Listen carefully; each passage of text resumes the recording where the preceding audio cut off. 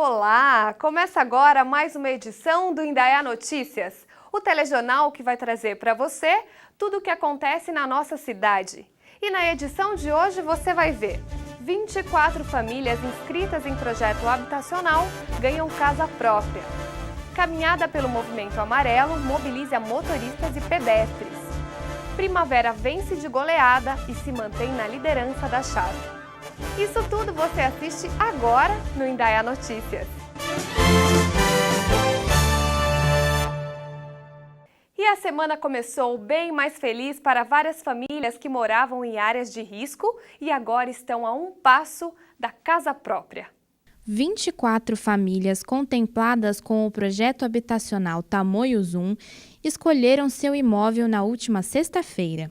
Com 80 casas sobrepostas, o conjunto será o novo lar de pessoas que hoje moram em áreas de risco da cidade e foram selecionadas através de uma triagem feita por assistentes sociais da Secretaria da Habitação. Em setembro, a Prefeitura vai abrir novas inscrições para outros projetos habitacionais.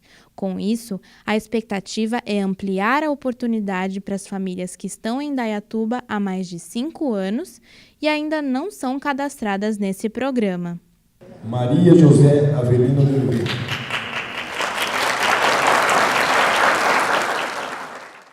E a lei do som automotivo já está somando mais carros multados. Só neste fim de semana foram 4.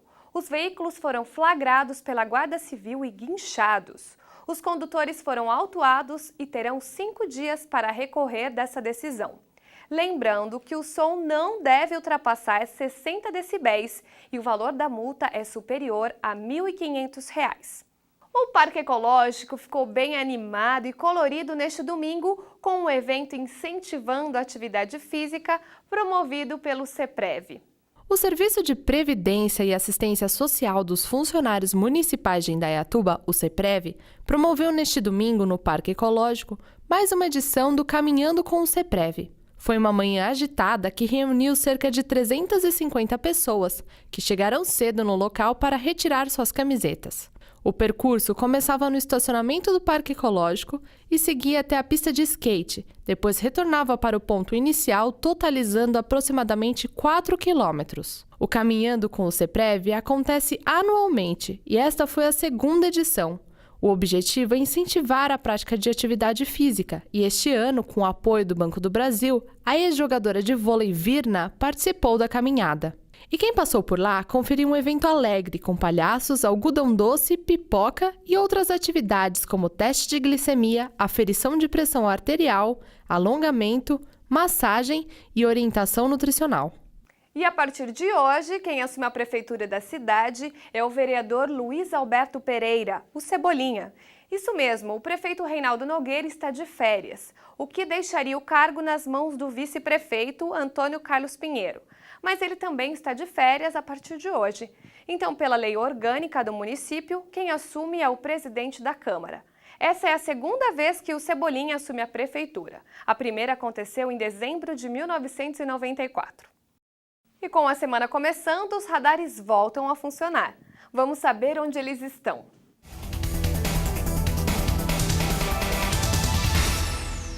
Nessa terça-feira, no período da manhã, os radares estarão na Avenida Engenheiro Fábio Roberto Barnabé, altura do número 5422, e na Avenida Presidente Kennedy, altura do número 1226. O horário de operação é das 6h30 da manhã às 11 horas. Já das 11h30 da manhã às 3h30 da tarde, a fiscalização acontece na Avenida Engenheiro Fábio Roberto Barnabé, altura do número 3981, e na Avenida Conceição, altura do número 1158. E no final do dia, das 4 da tarde às 8 da noite, os radares estarão na Avenida Francisco de Paula Leite, altura do número 3093, e na Avenida Presidente Vargas, cruzamento com a Rua do William Zolpe Garcia. E no próximo bloco, caminhada pelo Movimento Maio Amarelo mobiliza pedestres e motoristas pela conscientização do trânsito.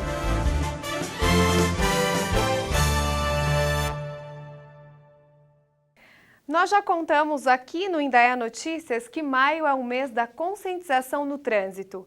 E ontem teve a caminhada em prol desse movimento que começou na prefeitura e terminou no shopping. O passeio Integração da Mobilidade aconteceu ontem de manhã, como parte das atividades realizadas pelo movimento Maio Amarelo. A concentração aconteceu em frente ao Paço Municipal por volta das 8 da manhã. O evento reuniu cerca de 300 pessoas, entre pedestres, ciclistas, motoristas, com o objetivo de promover uma conscientização sobre o trânsito e o uso prudente das vias públicas. O passeio terminou no Polo Shopping. Lá aconteceu uma outra etapa do evento. A ação Volto em um Minutinho tinha o intuito de mobilizar motoristas quanto ao uso das vagas preferenciais. Essa ação ela é em conjunto com o Maio Amarelo, pois ela compreende a questão trânsito e ela compreende mais ainda a questão gentileza no trânsito, que é sobre a questão das vagas especiais. Nós fomos chamados aqui, o pessoal do Rotaract, pelo Polo Shopping, para que após o movimento que aconteceu hoje, a passeata de integração pela mobilidade, nós fizéssemos uma ação com a questão das vagas especiais, que infelizmente não são respeitadas. Então estamos aqui junto com o pessoal do Gadim, que é o grupo de basquete da cidade, cadeirantes, e que fazem uma bela ação, e nós estamos junto com eles para tentar sensibilizar e mostrar para as pessoas que não é só um minutinho, as pessoas têm que respeitar em todo momento. Olha, nós estamos colocamos cadeiras em vagas normais e nelas uma placa dizendo, né, a placa só volta em um minutinho, que é o clássico, né? Eu volto em um minutinho. E o que a pessoa se sente quando a vaga que seria dela está com essa informação? Como que ela se sente, né, na pele de um cadeirante. Então a gente vai fazer essa abordagem, vai ser uma espécie de um flash mob para que isso seja gravado, um vídeo, e isso passe nos cinemas e seja divulgado, para que as pessoas se interessem, não se interessem, mas se sensibilizem para com o assunto. Essas vagas o pessoal não entende que são para a gente, entendeu? Talvez seja uma vaga coberta, está chovendo, a gente demora muito para tirar a cadeira do carro, entendeu? Então você tirar a cadeira, que você pôs as rodas no chão, então você já tomou banho, já tomou uma chuva. E essa campanha que está fazendo aqui hoje no Polo é muito interessante para a gente, tá? Muito útil para a gente. Mesmo que a gente não usa, mas esse minutinho é muito importante para a gente, entendeu? Tinha 2 motos estacionadas na frente da vaga deficiente. Aí eu consegui entrar no meio das 2 motos e encostei meu carro. Daí a pouco chegou uma 3ª moto encostando no meio. E chegou um boy de uma empresa lá que eu não consegui nem me identificar. Aí ele estacionou na faixa zebrada da minha, que era da faixa de eu guardar a minha cadeira. Aí eu fui falar com ele achou ruim ainda. E começa hoje a campanha do agasalho promovida pelo Fundo Social de Solidariedade, o FUNSOL. O objetivo é doar roupas e agasalhos em bom estado de conservação às famílias que vão passar por uma triagem social nos Centros de Referência em Assistência Social, os CRAS. Serão vários pontos de coletas espalhados pela cidade, como em escolas e supermercados. Agora há pouco, na tarde dessa segunda-feira, um homem de 33 anos foi preso por furtar uma residência no Jardim Europa. Depois do delito, o indivíduo tentou fugir e se escondeu com o que tinha roubado. A Polícia Militar prendeu o criminoso depois de uma busca com o helicóptero Águia. Manuel Rodrigues Júnior foi encaminhado para a delegacia e agora está preso. E economia é sempre o tema da nossa segunda-feira. O professor Olavo Furtado vai nos contar sobre as características do pequeno negócio.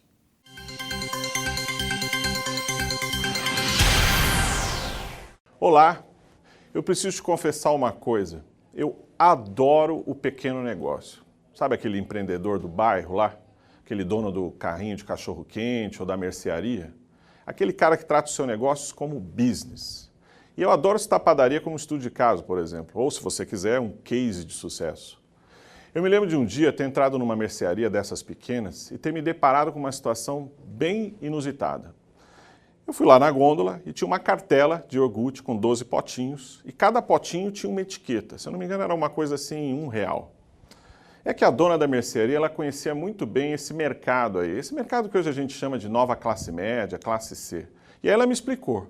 Ela disse o seguinte, ó. Esse pessoal tem pouco poder aquisitivo. Ele jamais entra aqui e compra uma cartela inteira. Na realidade, ele vem aqui e diz assim, eu tenho 2 filhos, vou levar 2 potinhos. Aí ela vai lá, quebra o potinho e dá na mão do cliente. Eu chamava aquilo de danoninho fracionado. Hoje, a história é outra. Grandes empresas multinacionais e nacionais, com foco nesse consumidor aí novo, perceberam que há sim um bom mercado para produtos em menor quantidade e, portanto, com preços mais acessíveis para essa nova classe média aí. A Coca-Cola, por exemplo, lançou uma latinha, que você já deve ter visto, de refrigerante, uma latinha pequenininha, que, se eu não me engano, deve custar R$1, R$2 ou algo do tipo. O setor de iogurtes, esse que eu citei, acabou fazendo a mesma coisa. Você tem lá 1 ou 2 potinhos a um preço sugerido. E hoje, nos hipermercados, é possível perceber que há sim o mesmo produto, tanto para a venda no varejo, como nesse modelo que eu estou chamando aí de fracionado. O alerta que fica é o seguinte: seja você o tamanho que for a sua empresa, você tem que estar ligado no mercado. E nesse caso específico, é sempre bom aprender com os pequenos, com o empreendedor desse negócio, que pode se tornar um dia um grande negócio. E agora vamos conferir a previsão do tempo para os próximos dias.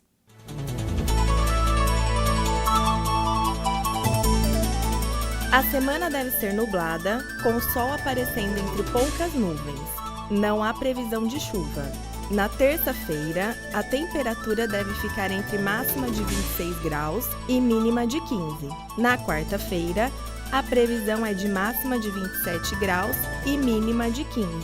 Já na quinta-feira, a temperatura sobe um pouco, máxima de 29 graus e mínima de 17. E no próximo bloco você confere. Primavera vence de goleada e se mantém na liderança da chave. Fique por aí que a gente volta já.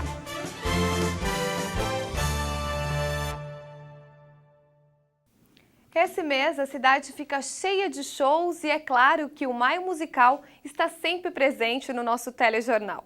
Esse final de semana no CIAE teve desde música orquestrada até obras da época barroca. O sábado à noite começou com a Orquestra Jovem Tom Jobim. O grupo, criado em 2001, é regido por Roberto Sion e resgata obras tradicionais de grandes compositores brasileiros com uma especial dedicação a Tom Jobim.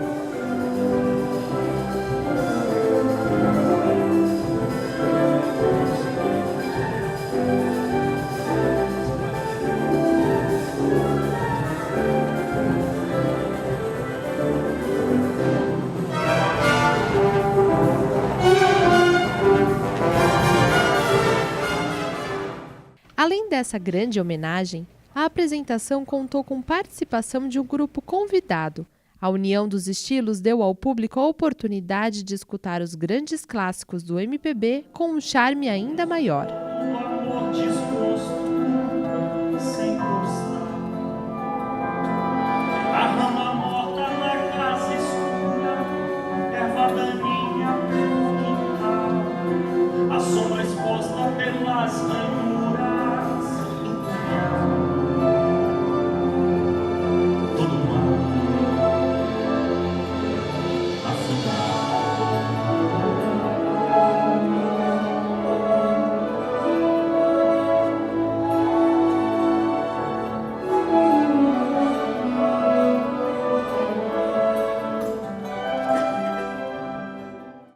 No domingo foi a vez de Simone Leitão e o quarteto Ozesp animar o CIAE.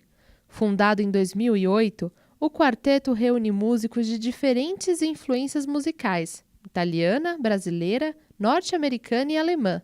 E quem foi ao teatro apreciou obras da época barroca até jovens compositores contemporâneos com um toque do som do piano comandado por Simone Leitão.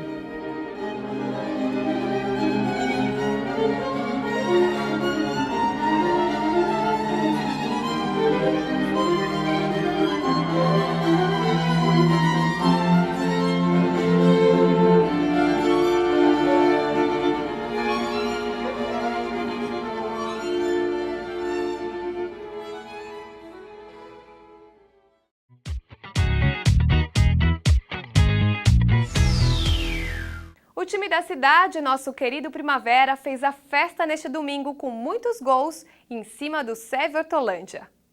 O final de semana foi de goleada para o Primavera. A equipe enfrentou o Sérvia Hortolândia nesse domingo no estádio Tico Breda.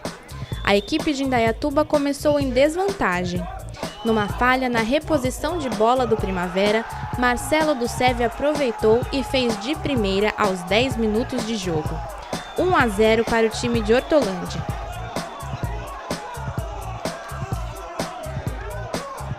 O empate veio aos 33 minutos com gol de Carlos Henrique.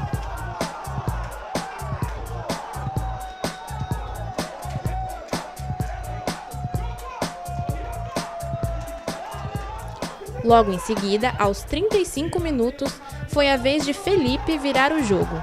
Primavera 2, Seve 1, com direito à comemoração ao estilo de Luiz Fabiano.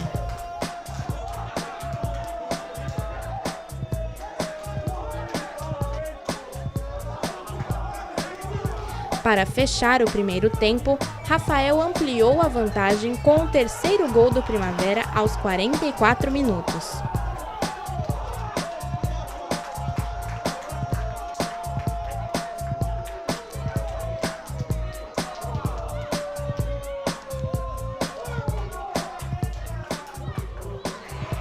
No segundo tempo, o fantasma da Ituana fechou o placar aos 39 minutos. Felipe fez seu segundo gol na partida. 4-1 para o Primavera, que segue na liderança do grupo 4 com 13 pontos. O Seve Hortolândia permanece na lanterna com 4 pontos. Na 8ª rodada da 2ª divisão do Campeonato Paulista, a equipe de Indaiatuba joga em casa, no próximo domingo, às 10 horas da manhã, contra o Paulínia. E cada vez mais a cidade cresce e o número de carros também.